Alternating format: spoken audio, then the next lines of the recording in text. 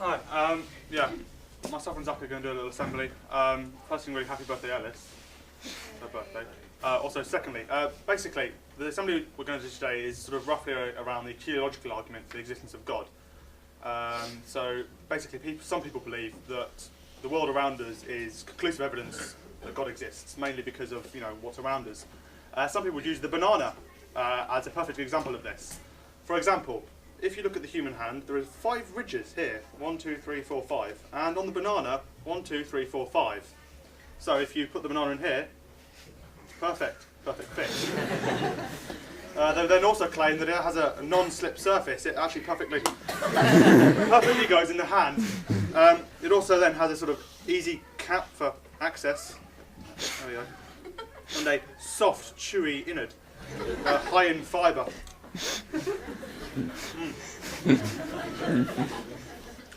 Yeah. Anyway, and after they do that, a tiny new human life will grow inside the woman's body for 9 months, and then it will come out and start its own life. You mean come out the same hole as the man put his thing? Yeah. Oh, wow. The whole system is an amazing idea. 2 people come together in an act of love and create a new life. That's just great. Look, Lucifer. It's nice of you to say that, but why don't you know? Well, what? Oh, come on, No, what? Just say. Worship me. Just a little bit. Not this again. Look, you designed me with free will, so you... Yeah, but you don't have to keep using it. You know how much I want worship. Get over it, man. You never obey me. You never thank me for existing. You never sing songs about my inherent properties. Calm down, man. Those humans will worship you, don't you think? But they bloody well better. I mean, yes, when they notice all the incredibly intelligent things in my design. They won't possibly miss seeing my hand in it all, and how incredible I am, so I guess... Like what? What kind of stuff? Well, one thing is I designed their bodies to only be able to survive in a watery environment rich in oxygen, right? And I'm so wise, I'm actually going to provide an environment with water and oxygen for them to live in. It doesn't get much kinder than that. Well. Of course they'll worship me for that. It's pretty much the best piece of evidence for my existence. I'm actually going to leave them. Or how about this one? See, their bodies are specifically designed to constantly need fuel, right? Or in the form of food, or else they'll die. And I'm going to provide some of them with adequate food some of the time. And you think they'll worship you for that? Of course. The ones who don't starve or freeze to death will. The kindness, the wisdom. Well, I suppose if you design them gullible enough, they'll worship you for that. What do you mean? Oh, never mind. But look, who would you rather have worship you? Them or me? Why do I suddenly get the feeling you're trying to trick me? Well, look, I won't lie. I want to screw around with your design. If you let me, I might... No way! I need them to realise that I'm intelligent design, because pretty much the only other evidence for my existence is a weird book full of fallacies and contradictions. So I can't afford to have my designs messed up. They have to be spot on. Look, come on. I know how much you want me to worship you. Look, if you let me mess around with your design, just a little bit, I'll give you some praise and adoration. Oh, you will? What do you want to do to them? If it's not too much, then maybe. Well, see, this very clever reproductive system you've come up with, I'll worship you if you let me throw out a couple of spanners in the works. What kind? How much will you worship me? Well, let's start small. Let's say, instead of the man making 1 sperm cell a month, like you've designed, I want him to make 100 sperm cells a month. What? 100 potential babies a month? It's a bit excessive, isn't it? I told you I want to screw around with the design, make it a bit unintelligent. But I've designed them to make 1 sperm cell a month, in perfect harmony with a woman's body. Yeah, but I'll beg and grovel to you on my knees for a while if you let me do it. Oh. You like that, eh? Wait, I want to raise it to 1,000 sperm a month. What? 1,000? No! And I'll beg and grovel, plus I'll sing a song about you existing. Oh. I love being reminded that I exist. Hey, I've got an idea. Let's play poker for it. Poker? Yeah, Texas Hold'em. You're playing for my worship, and I'm playing to be allowed to mess around with the design of the human reproductive system. Okay. Shuffle up and deal. Okay, so the blinds are in. 1,000 sperm per month from you, and begging and grovelling plus a song from me. Okay, let's go.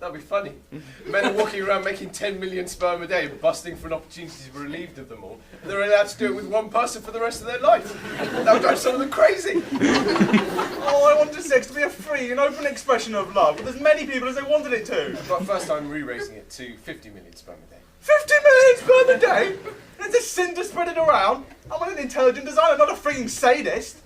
And teenagers, you want teenagers trying to figure life out full of 50 million sperm a day? Not to mention with disgusting skin at the end of their things. Ugly bags dangling there. Oh, this is a freaking nightmare scenario. Do you call or hold? I call, but only because I'm sure I've got you where I want you anyway. Your ridiculous plans don't even matter. Because here it is, top pair. I'm king of kings. Ha! On your knees. Sorry, buddy. 3 of a kind beats a pair. 6, 6, 6.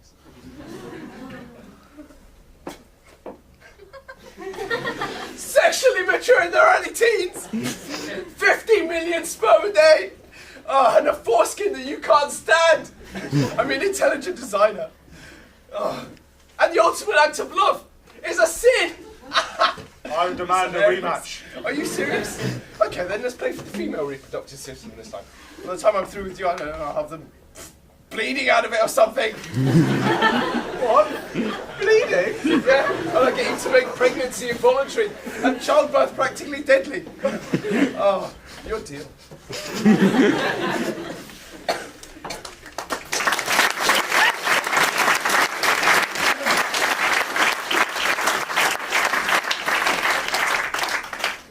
The teleological argument, or argument from design, for the existence of God, draws upon aspects of the universe, our planet, and the life that inhabits it, and claims that the beauty or complexity demand the existence of an intelligent designer. Regardless of our views on God, religion, or the origins of the universe, this argument is commonly attributed with remarkable value and respect, given the secularizing nature of our society. However, as this sketch is attempted to show, there are numerous examples of unintelligence within the human reproductive system alone. Design is often assumed in places it does not belong, and despite the knowledge stacked against it.